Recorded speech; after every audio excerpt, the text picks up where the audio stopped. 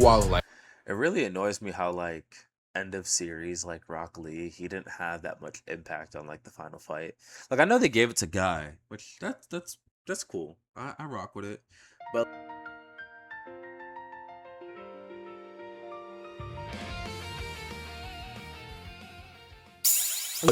YouTube, what's going on? We got ourselves a different video today. Underrated characters who clear your favorite MC. Me personally, when it comes down to most anime, I am not the biggest fan of the MC and or the main character. For me, I've always liked the secondary characters or even the tertiary characters, or what's after tertiary? The fourth characters, you feel me? Like I was a Rock Lee fan, Shikamaru fan. I guess at one small part of my life I was a Sasuke fan, but was never a Naruto fan. So underrated characters who clear your favorite MC by New York and Takovi TV. I don't know if these guys are newer channels or not, but I do see that they probably are up and coming, and I like that. So let's give this channel a shot. Let's get right on into it. Yeah. characters in anime. Characters who put in mad underrated characters in anime. Woo. Characters who put in mad work but never get the credit they deserve. Either from their fan base, the verse, or both. I had to beat the Team Dad DLC real quick to get y'all niggas this vid because the marathon don't stop. For all of 2026, my consistency arc is not stopping. With that being said, Exhibit A, Rock Lee. Now, Rock Lee is GOAT. easily one of the most underrated fighters in anime history. And I know what you probably thinking, but how, mud? Everybody loves Rock Lee. Nigga, no. This nigga was an early OG Naruto, then Kishimoto said, fuck this nigga. He And not did that gonna to, lie, like, even in the 90% of fan base, characters, which bugs me to no end. Is that like Kishimoto legit? He had like his favorites, you know what I'm saying? Like that brother loved Uchihas.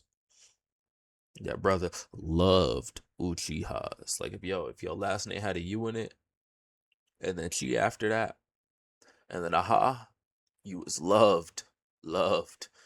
Like I felt like Sushui with the little screen time he had done more justice in the whole entire show, or was given more justice in the whole entire show, versus somebody like the White Fang, you know, who's apparently Hokage level, but you know we're never gonna get explanation on that, are we? Are we now? All right, I digress.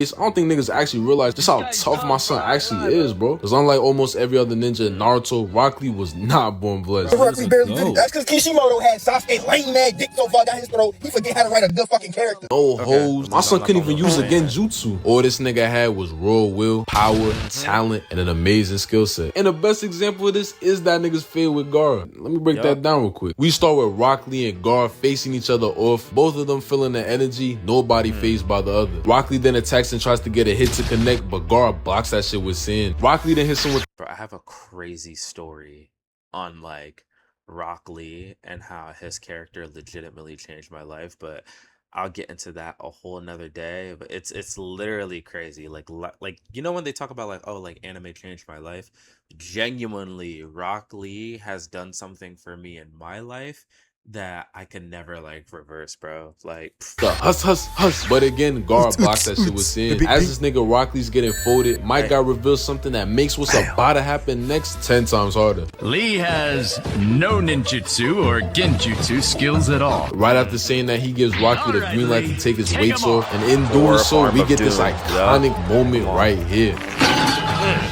Now I will be able to move freely. And with the weights taken off, my son Rock Lee was moving crazy. He was speedlessing this nigga Gar, getting his to connect, making that nigga Gar go on defense. After getting Rock Lee to fall for the pump fake, this nigga Gar takes the upper ground, having my son Rock Lee running for his life. But even while running for his life, this nigga still got a smile on his face. Why? Because he got an ace up his sleeve. That ace up his sleeve being he can open up to the 5th inner gate, and while that does some serious damage to his body, in doing so, this nigga starts wilding on that nigga Gar. And I'm talking about wilding like. it really annoys me how like end of series like Rock Lee, he didn't have that much impact on like the final fight. Like I know they gave it to Guy, which that's cool. I rock with it. But like I don't know. I feel like Rock Lee's goal was never like truly fulfilled. Like I don't know, because we never really got to see him like truly surpass Neji. They always made it seem like he was on par with Neji, even in Neji's demise. Spoiler alert, but let's be so for real. It's been over like I don't know how many years now. If that's spoiler alert for you, I'm so sorry, but I'm not sorry at the same time. But yeah, man, like the power scaling of him and Neji, like I feel as though they never made it specifically clear, like, oh, he's leagues above Neji. But maybe I could be tripping. Let me know in the comments. Gar didn't even know what was going on. Now, while they was both badly injured, Gar did end up beating my son Rock Lee. But the fact that Rock Lee could even go toe-to-toe against this nigga Gar as a regular human being proves just how underrated of a fighter he actually is. And he was out here forcing game 7s as a kid. Nigga, what were you doing as a kid? All my son had was pure discipline and that lame-ass bowl cut. Next up from Bleach, we got Kisuke Urahara. And yes, this goofy, shaggy-looking ass nigga is actually an underrated genius. Like, I don't really see too many people talking about his training with Masa and Ichigo. Ichigo was a substitute Soul Reaper for like 2 to 3 months, but then Rukia got kidnapped, and now he had 1 week to learn what takes grown men years to master. At the end of the day though, he still had to do that to save his mins. They took one of ours, we just trying to get reimbursed. And yet somehow he got my son Ichigo right. Bro understands people. He knows what you need to unlock your true potential. And with Aizen, I was like, oh nah, who got you feeling like this, man? Aizen had the whole Soul Society perplexed, but Kisuke? Man, everybody was playing checkers. This nigga was playing chess. And even when Isaac got to that point where almost nobody could compete with him, my son Kisuke was still prepping for that fade. Ichigo did weaken him, but it was Kisuke who sealed them off for good. See, my son Kisuke is who a lot of niggas like think they are. My son did create the Hogyoku, which grants wishes, gives Soul Reapers hollow powers, turns hollows into Arankars, and grants immortality. Like, bro, you know how cold you gotta be to do some shit like this? Nigga, don't talk to me about your main favorite character doing some shit like this, bro. My son Kisuke just built different, nigga. He cold in a variety of ways. Like, for example, his Bankai. My son Kisuke Bankai cold as hell. I would definitely break down some of his fights in 1000-Year Blood War, but nigga, the copyright demons are not getting me. I'm not about to get done like every other nigga in this news. But yeah, my son Kisuke underrated, cold as hell, you feel me? Top 1 underrated. This next character is probably the most underrated character so far, but I'm gonna pass the board of my son to Kobe to put y'all on. To Kobe, let him know, mud. Yo, I'm here to talk about Flock Forrester, the most underrated character in AOT. Now we all Flock's character development, some people think it's random. Now there are parts of it that I do not like, but bro's come up is insane, bro. I'm not gonna lie. Like, I was about to say something crazy. I was about to be like, oh, it's up there with Kobe from One Piece. But for him to be a side character and him switch up and do the things that he did towards the end of the series, boy, what? Severely underrated. Severely underrated. know about the infamous Erwin speech. My soldiers push forward! My soldiers scream out! My soldiers rage! But the thing about this particular speech is every single person that heard it got slimed out by Zeke. But the only one who survived the rock was Flock. See what I did there? But nah, this speech did something to him. Bro went from being an absolute bitch crybaby to one of the coldest, most underrated characters I've ever seen. He was basically Aaron's second in command. My boy New York Rex last video was about the realest niggas in fiction, and Flock could have easily been in that video too. 100%. He was one of only 2 people that knew Aaron's whole plan, and he was down with it. See, while Aaron was flattening 80% of humanity, Flock was leading a team of Jaegerists to make sure the scouts did not interfere with Aaron's plans. And it was in this fight that Flock's character peaked. See, Armin tried using a big brain play by acting like they were gonna chase after the cart and Armor Titan when the whole time they wanted to go after Aaron. But he ain't fall for this weak ass play. Get that shit out of here. And as soon as he sniffed out the cap, he started moving crazy. Just listen to the conviction in this nigga's voice, bro.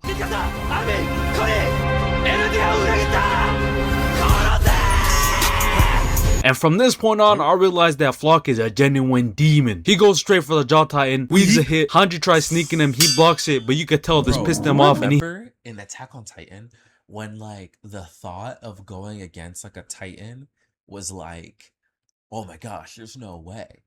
And then by this point in the series, one of them was just bodying like 10 of them easy.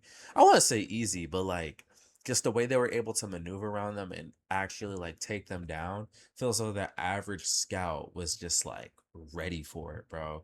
In comparison to that first season, dude, Crazy. He hits her with a kick that sends her tumbling back. The Car Titan tries going for him out of nowhere. That's when he shoots her. She counters by opening her mouth wide like Tiana Trump trying to bite him, but he hits a clean backflip to get away. And just like that, he has a clean shot at the ship to blow it up. But then Gabby, aka Tifu, aka the greatest shooter alive, comes out of nowhere and hits him with a shot to the chest, sending him falling down into the ocean. And surely this is where he dies, right? He already cheated death twice. No way he lives this time, right? Wrong, because when Armin and them sail off on the ship thinking they're safe, that's when Flock pops out of nowhere. Barely being able to stand up straight, he rings out 6 shots. That's when Mikasa blitzes him, and she's basically the AOT version of Toji, so there was no surviving this time. And while Flock did die in this moment, he died showing that he wasn't a scared little kid from the Shiganshina mission no more. He was a true warrior. Hey, what that man Snoop say? This motherfucker don't miss. No, he's fucking good. That motherfucker don't miss, man. Not gonna lie, I don't got no notes, nigga. Flock's just that guy. Now, when we talk about underrated writing, you know that boy Tagashi's catching a mention. And Tagoro from Yu Yu Hakusho is among the most underrated villains ever written. Prove that you can be mad brolic in anime and still have that KSI, nigga, that knowledge. And I notice, cause I read, nigga. You niggas don't read, you gotta read.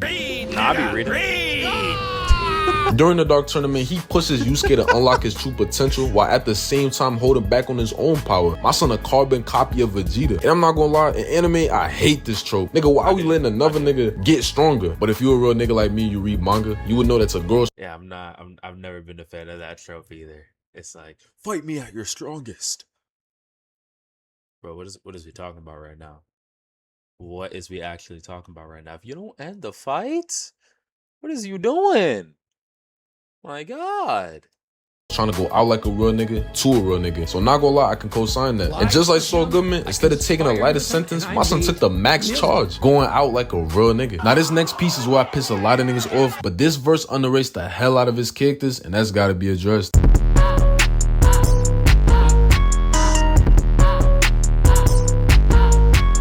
First off, we got Tien. Niggas underrate Tien, and I don't know why. Tien's debut fight, nigga was going up against Yamcha. Niggas love to dick suck Yamcha, but listen though, bro, every nigga that Yamcha goes up against, they tough as hell. Not gonna lie, Yamcha fake cold as hell too, but this topic is about Tien. Yamcha putting up a good fight, you feel me? That was an underrated fight, you feel me? But my son Tien came up on top, you heard? My son was going dumb crazy. His fight with Goku, dumb crazy. Nigga was so happy to be fighting, bro. That's what I love to see, man. And in the end, he even ends up winning that fade. Not gonna lie, it was a little Mickey, but he still ended up winning that fade regardless, you feel me? That man Goten, what y'all know about that man Goten, bro? Bro went Super Saiyan at the age of 7 years old. Why are we sleeping on that? Nail is an underrated character too. He would have easily beaten Vegeta on Namek, but not just Vegeta, but everybody on the Ginyu Force. My son Nail would have had no problems with them niggas. Matter of fact, the Ginyu Force is fake underrated too. I'm not gonna lie. Not gonna lie, who they really underrate is Videl. Niggas always talk about Videl. Man. My first, bro. My first. Nami, you feel me? Niggas talk about Boy Hancock, Tsunade, you feel me? All the baddies in anime get they love, but niggas never talk about Videl. Niggas don't give her credit, you feel me? And they might list me for this, but Android 18, nigga, oh my god, she's paid. She's so fine, she done pissing me off. How are you that fine? Yeah, I love my black queens, but nigga, you know where I'm from? Bro, straight black people and Dominicans. Sometimes you need a snow bunny in your life. And they aren't underrated anymore, but Maki and Zenitsu, I feel like they deserve a mention. When these animes dropped, they did not see the potential in them. Go back in time and tell anybody they was gonna be something, niggas gonna look at you like these. Like you done lost the plot. And with Maki, it's even worse because the fan base underrated her and her family underrated her. But now all of a sudden, everyone wanna say they saw the potential.